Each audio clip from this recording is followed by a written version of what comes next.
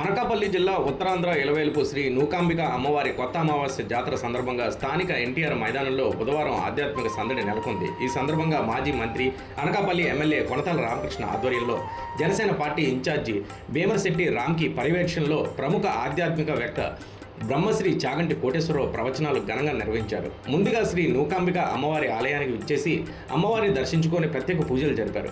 అనంతరం కమిటీ సభ్యులు బ్రహ్మశ్రీ చాగంటి కోటేశ్వరరావుని వేద మంత్రాలతో ఆశీర్వాదం చేసి సాలువాతో సత్కరించి అమ్మవారి చిత్రపటాన్ని బహుకరించారు.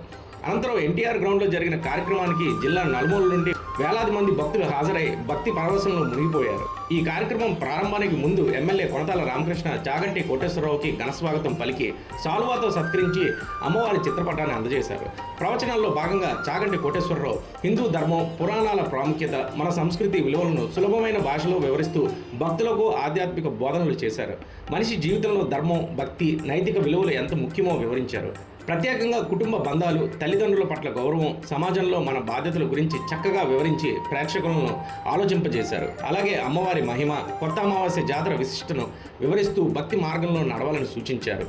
ఆయన ప్రవచన శైలి సరళంగా హాస్యంతో కలిగలిపి ఉండడంతో సభలోని ప్రతి ఒక్కరిని ఆకట్టుకుంది. ఈ సందర్భంగా ఎమ్మెల్యే కొనతాల రామకృష్ణ మాట్లాడుతూ చాగంటి కోటేశ్వరరావు ప్రవచనాలు ప్రజల్లో ఆధ్యాత్మిక చైతన్యాన్ని పెంపొందిస్తున్నాయని, ఇటువంటి కార్యక్రమాలు సమాజానికి ఎంతో అవసరమని తెలిపారు.